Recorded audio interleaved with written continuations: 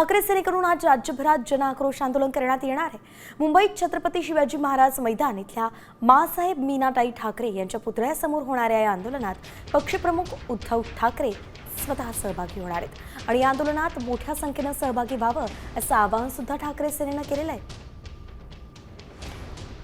गिरीश कांबळे आपले प्रतिनिधी आपल्यासोबत थेट जोडले गेलेत। गिरीश, सध्या आपण पाहतोय दादरच्या शिवाजी पार्कात हा आंदोलन होणार आहे। सध्याची तिथली परिस्थिती काय, कशी तयारी आहे?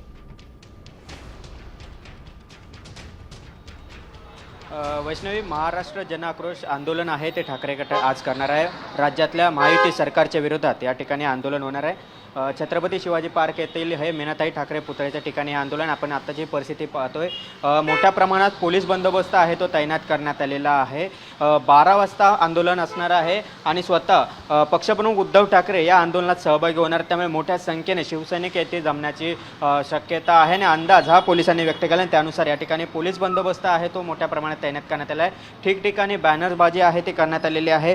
राज्यातील महायुती सरकारमधील मंत्री यामध्ये संजय सिरसाट असतील, याशिवाय संजय राठोड यांच्यावर आरोप झाले, दादा भुसे असतील, याशिवाय आपण बघितलं तर माणिकराव कोकाटे आहेत, योगेश कदम आहेत, यांच्या विरोधात आरोप झालेले आहेत। मात्र यांना निलंबित करा, मंत्रिमंडळातून हकालपट्टी करा अशी मागणी ही विरोधकांची होती। मात्र याबाबत कोणताही निर्णय सरकारने घेतला नाही। त्यानंतर राज्यपालांची भेट घेण्यात आली। राज्यपालांकडूनही कोणताही प्रतिसाद न आल्यानंतर शेवटी ठाकरे गटाने आहे ती रस्त्यावर उतरण्याची भूमिका घेतलेली आहे। त्यानुसार आज राज्यभर या ठिकाणी आंदोलन केलं जाणार आहे। त्याचाच भाग म्हणून आज मुंबईत या ठिकाणी आपण शिवाजी पार्क परिसरात मीनाताई ठाकरे पुतळ्याच्या शेजारी हे आंदोलन होणार आहे आणि स्वतः उद्धव ठाकरे, आदित्य ठाकरे उपस्थित राहणार आहेत। अर्थातच गिरीश, आपण पाहतोय की उद्धव ठाकरे सेनेचे सगळे महत्त्वाचे नेते आणि स्वतः उद्धव ठाकरे उपस्थित राहणार आहेत। प्रत्येक अपडेट आपल्याकडून अशीच जाणून घेत राहू।